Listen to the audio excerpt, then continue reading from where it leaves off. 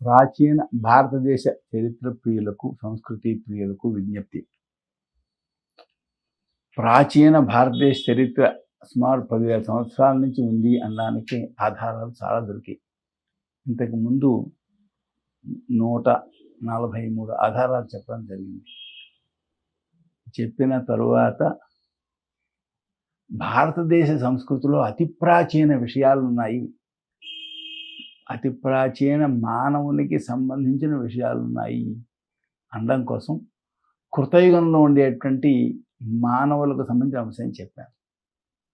ఇప్పుడు ఆ తర్వాత విషయం చెప్తాను. ఎక్కడొచ్చాయి మనకి ఈ విషయాలు అంటే, అతి ప్రాచీనాలైన విషయాల్ని వాళ్ళు రాసుకున్నారు. ఆ రాసుకున్న విషయాలు పరంపరగా మనకు లభిస్తున్నాయి. ఆ మాట వాళ్ళు చెప్పారు. ఏమని చెప్పారు? యస్మాత్ పురా హ్యభూత్ చేతద పురాణం తేన తత్స్మృతం. ఇది అతి ప్రాచీన కాలంలో ఉంది కనుక దీన్ని పురాణం అంటారు. అంటే ప్రాచీన కాలపు వృత్తాంతాలు అని దాని అర్థం. ఏమండి, దాంట్లో ఈ కృతయుగం గురించిన విషయాలు చెప్పారు అని చెప్పాను. కృతయుగం తర్వాత విషయాలు చెప్పారు. కృతయుగం అయిన తర్వాత ఆ పైన త్రేతాయుగం వస్తుంది. ఈ కృతయుగానికి త్రేతాయుగానికి మధ్య సంధి ఉంది. ఏంటంటే ఆ లక్షణాలు ఈ లక్షణాలు కలిసి ఉండే కాలం అన్నమాట. ఏమండి, ఆ కృతయుగ సంధ్యాకాలం అయిన తర్వాత, సంధ్యాకాలం అంటే సంధికాలమే, ఆ సంధ్యాకాలం అయిన తర్వాత త్రేతాయుగం వచ్చింది. వచ్చేటప్పటికి ఏమైంది? ఆ జనానీకానికి సంకల్ప సిద్ధి పోయింది. అంతకుముందు సంకల్పించినది సిద్ధించేది. ఈ సంప్రదాయం మనకు ఇప్పటికి కూడా గ్రంథాల్లో లభిస్తుంది. ఏంటది? ఫలానా సంకల్పం చెప్పి ఈ పని చేయండి, ధార్మిక క్రియ చేయండి, మీకు సిద్ధిస్తుంది అని అలా చేస్తుంటాం. దేవుడికి మొక్కుకుంటాం. ఏమని? నాకు ఈ ప్రయోజనం కలిగితే నేను స్వామిని దర్శనం చేసుకుంటాను, పూజ చేస్తాను. అది సంకల్పం అంటే. ఆ సంకల్పిస్తే అది వాళ్ళు పూర్తిగా నెరవేరేది. త్రేతాయుగం దగ్గరికి వచ్చేటప్పటికి సంకల్పిస్తే వెంటనే అది నెరవేరే సిద్ధి తగ్గింది. తగ్గేటప్పుడు మరి జనానీకానికి ఆహారాధికం ఇవి. అప్పుడు మేఘాలు వర్షించాయి, వృక్షాలు బయలుదేరాయి. ఆ వృక్షాలకి శాలలు అని పేరు, వృక్షాలకి గృహాలు అని కూడా పేరుంది. అంటే వృక్షాలపైన నివసించేవాడు. వృక్షాల నుండి కావలసిన వస్తువులు లభించేవి. ఈ త్రేతాయుగం దగ్గరికి వచ్చిన విశేషం ఏంటంటే, స్త్రీ పురుషులకు సంసార సుఖం కావాలి అనే భావం ఏర్పడింది. అప్పుడు స్త్రీలకు నెలసరి ముట్లు ఏర్పడ్డాయి. స్త్రీ పురుషులు పూర్వం వలే కాక నెల నెల కలుసుకోవడం, సంతానాన్ని పొందడం అనే పద్ధతి ఏర్పడింది. అంతకుముందు వృక్షాల నుండి అన్ని లభించేవి కదా, ఆ వృక్షాలు పోయాయి. ఇప్పుడు అవి లేవు. వాటిని కల్పవృక్షాలు అంటారు. కల్పవృక్షాలు అంటే కోరిన కోరికలను తీర్చే వృక్షాలు అని అర్థం. కానీ ఆ వృక్షాలు లేవు. మళ్ళీ ధ్యానం చేశారు. చేస్తే మళ్ళీ చెట్లు మొలిచాయి. వర్షాలు పడ్డాయి కదా, వాటి నుండి, చెట్ల నుండి వస్త్రాలు, ఫలాలు, ఆభరణాలు లభించేవి. మంచి శక్తి కలిగిన రసవంతమైన తేనె లభించేది. వాళ్ళు సంతోషంతో, పుష్టితో, కలత లేకుండా త్రేతాయుగానికి మొదటి కాలంలో నివసించారు. కొంతకాలం అయ్యాక మరి కాస్త లోపం పెరిగింది. పెరిగి ఏం చేశారు? వీళ్ళు చెట్ల నుండి స్రవించే తేనె కాకుండా తేనెను బలాత్కారంగా సొంతంగా తయారు చేసి దాన్ని లాక్కోవడం ప్రారంభించారు. ఇప్పుడు ఆ చెట్లు పోయాయి. ధ్యానం వలన పూర్వం సిద్ధి కలిగేది. ఇప్పుడు ధ్యానం చేసే స్థితి కూడా తగ్గిపోయింది. ధ్యానం వలన కూడా సిద్ధి తగ్గింది. రాగం, ద్వేషం మొదలైనవి బయలుదేరాయి. కొన్నింటిపైన మక్కువ, కొన్నింటిపైన ద్వేషం. చలి, వేడి, ఎండ మొదలైన వాటి వలన దుఃఖం కలిగేది. వీటిని నిరోధించడం కోసం గృహాలని నిర్మాణం చేసుకున్నారు. ఎలా చేసుకున్నారు? చెట్లు ఎలా ఉంటాయో అలా చేసుకున్నారు నిర్మాణం. చెట్లు ఎలా ఉంటాయి? మధ్యలో చెట్టు ఉంటుంది, అటు ఇటు కొమ్మలు ఉంటాయి. అలాగే మధ్యలో గోడ ఉండి ఈ పక్క ఈ పక్క ఒకసారా అలా దింపినట్లయితే ఏమైంది? గృహం ఏర్పడింది. చెట్టు వలె గృహం ఏర్పడింది. ఇది త్రేతాయుగాదిలో ప్రారంభమైంది. ఏమండి, ఈ గృహ నిర్మాణం కోసం ఏం కావాల్సి వచ్చాయి? అంగుళాలు, హస్తం. హస్తం అంటే 18 అంగుళాలు. అంగుళం అంటే మామూలుగా మనం ఇప్పుడు ఇంగ్లీష్ అంగుళాలు కావు. ఇలా బెత్త పెట్టినట్లయితే 4 అంగుళాలు అవుతాయి. ఒక వ్యక్తి ఇల్లు నిర్మాణం చేయాలంటే ఆ వ్యక్తి యొక్క అంగుళాలతో లెక్క వేసేవారు. ఆ వ్యక్తి అంగుళాలను బట్టి ఇన్ని అంగుళాలు ఉండాలి. అలా ఇవి 4 అంగుళాలు, ఇలాంటివి 18 అంగుళాలు అయితే ఒక హస్తము అని పిలుస్తారు. ఏమండి?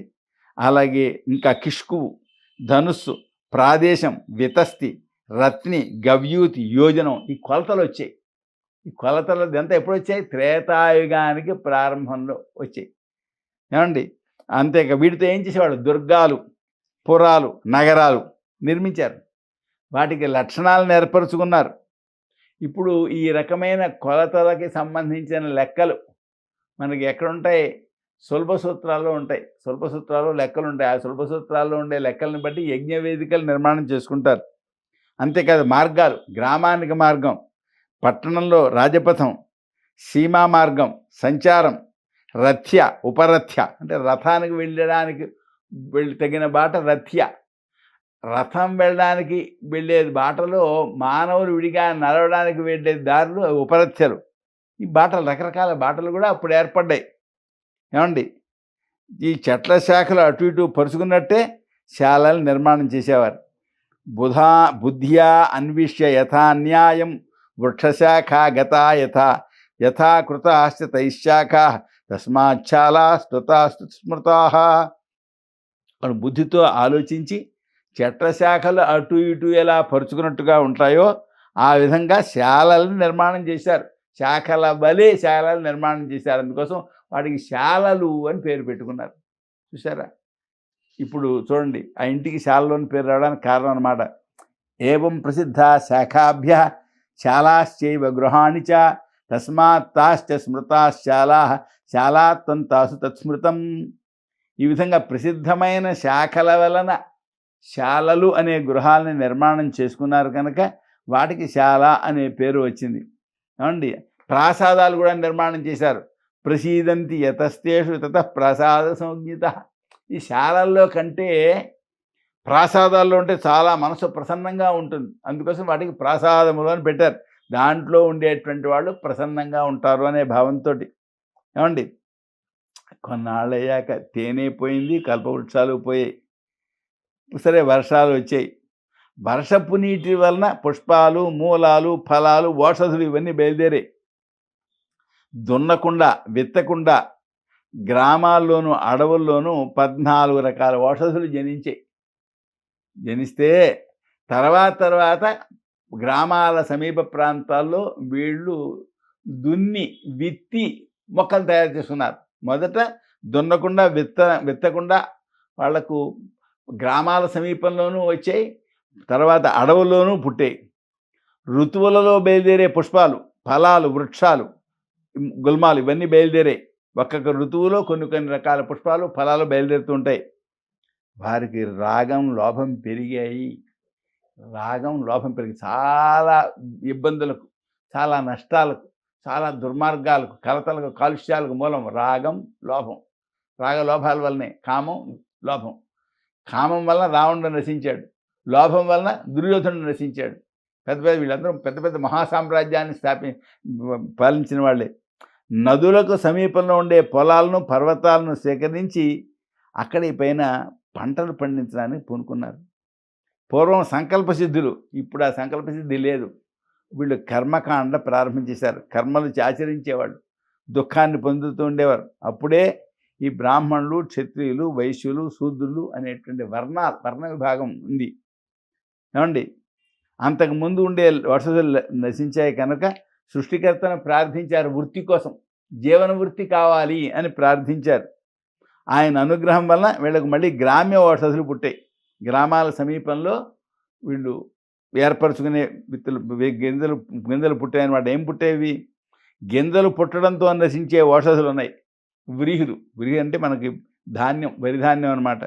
వ్రీహులు, యవలు, గోధుమలు, శనగలు, నువ్వులు, ప్రియంగువులు, ఉదారాలు, కోరదుష్టాలు, వామకాలు, మినుములు, పెసలు, మసూరాలు, నెవ్వరి, కుడుత్తకాలు, హరికాలు, చరకాలు. ఇవి 16 రకాలు.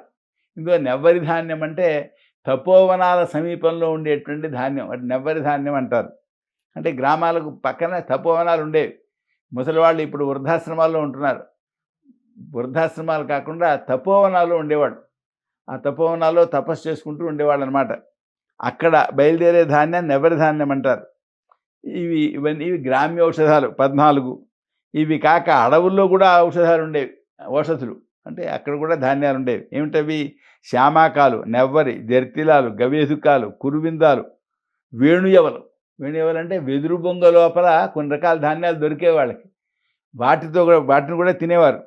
అలాగే మూతి కర్కటకాలు. ఇలాగ అడవుల్లో బయలుదేరేవి 14. అవి 14, ఇవి 14. ఏమండి? కొన్నాళ్ళు అయ్యాక ఇవి మరి లభించటం లేదు, వృద్ధి పొందటం లేదు, ఇంకా కావాలి అని భావన ఏర్పడింది. ఏమండి ఎంత గమ్మత్తుగా ఉందండి. నా చిన్నతనంలో అంటే ఇప్పటికి 60 ఏళ్ల వెనక ఏం చేసేవాళ్ళు, 2 పంటలు పండించేవాళ్ళు. పండిస్తే ఒక భూమికి, ఒక ఎకరానికి ఎన్ని పండేవి? 16 పండేవి. 16 బస్తాలు పండేవి.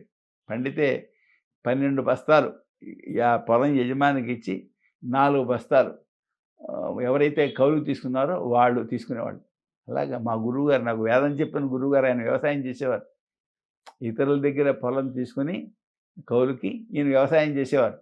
ఆ వ్యవసాయంపై జీవించేవారు. ఆయన వ్యవసాయంపై జీవిస్తూ మాకు వేదం చెప్పేవారు.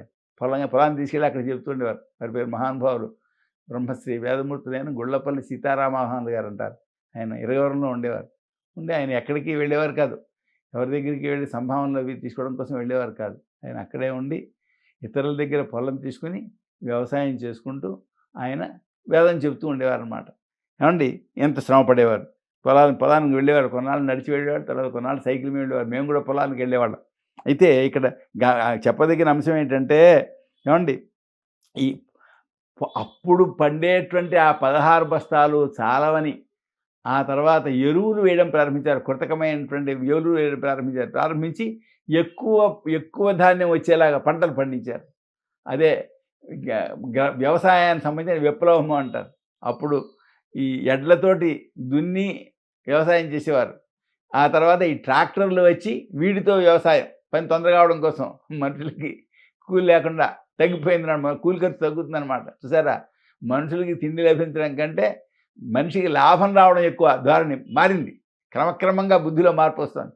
చివరికి ఆ ఎడ్లకి తిండి పెట్టక్కర్లేకుండా మనం కేవలం ట్రాక్టర్లతో దున్నుకున్నట్లయితే మనకి మనుషుల ఖర్చు తగ్గుతుంది, మరి ఎడ్ల ఖర్చు తగ్గుతుంది అని ఇలాగా సాటి మనుషులకు తిండి గురించి ఆలోచన మానేసి నాకు లాభం ఎలా వస్తుంది అనే ధోరణి క్రమక్రమంగా పెరిగింది. ఆ చిన్నడు ఆ ధోరణి లేదు. ఇంతకీ ఎక్కువ ధాన్యం పండించాలి అనే బుద్ధి ఇప్పుడు పుట్టింది. అప్పుడు తక్కువ కాలంలో పండించాలి, చిన్న వంగడాలు పాలించాలి, పుట్టి తెల్లటి ధోరణి వచ్చింది. అలాగే ఆ త్రేతాయుగానికి కొంతకాలం అయిన తర్వాత ఏమని బుద్ధి పుట్టింది? ఇవి వృద్ధి పొందట్లేదు, ఎక్కువగా పంట రావట్లా, ఎక్కువ పంట రావాలి అని చెప్పిన వాళ్ళు దున్ని పండించడం ప్రారంభించారు. దున్నడం ప్రారంభమైంది. ఎప్పుడు ప్రారంభమైంది? త్రేతాయుగం కొంతకాలం గడిచిన తర్వాత ప్రారంభమైంది. అంతటితో ఆగలేదు. ఎప్పుడైతే ఎక్కువ కావాలి అనే భావం వచ్చిందో బలవంతులు బలహీనుల సంపదను లాక్కోవడం, అప్పుడు జనయక రక్షణ కోసం క్షత్రియులు ఏర్పడ్డారు, పరిపాలకులు ఏర్పడ్డారు. అప్పుడు వర్ణాలు ఏర్పడ్డాయి. వర్ణధర్మాలతో జీవిస్తూ పరస్పరం ఒకళ్ళతో మరొకళ్ళు విరోధం పెట్టుకుంటే క్షత్రియులు బలవంతులై పరిపాలకులు ఏం చేసేవారు? దోషం చేసిన వాళ్ళని దండించడం, ఈ విధం అంతా ఏర్పాటు చేశారు. అంతా ప్రజాపతి వలన ఏర్పాటైంది. మరి దోషం తప్పు చేసిన వాళ్ళని శిక్షించడం కోసం అవసరమైతే యుద్ధం కూడా ప్రారంభమైంది. అప్పుడు ఇలాగా అత్యాశ్చర్యకరంగా అతి ప్రాచీన కాలంలో ఉండేటువంటి పరిస్థితుల క్రమ వికాసాన్ని, సంస్కృతి వికాసాన్ని మనకు పురాణం అందించింది. బ్రహ్మాండ పురాణం అందించింది. చూసారా? ఇదేం చెప్తోంది? ఈ సంస్కృతి అతి ప్రాచీనమైనది, అతి ప్రాచీనమైన విషయాల్ని వాళ్ళు గ్రంథస్థం చేసుకున్నారు, వాటిని మనం ఇప్పుడు చదువుకుంటున్నాము అని తెలుపుతుంది. కనుక ఈ అతి ప్రాచీన సంస్కృతి ఉంది అనడానికి ఈ అతి ప్రాచీనమైనటువంటి క్రమ వికాస వర్ణనం కనుక ప్రధానమైనటువంటి ప్రమాణంగానే తీసుకోవచ్చు. స్వస్తి.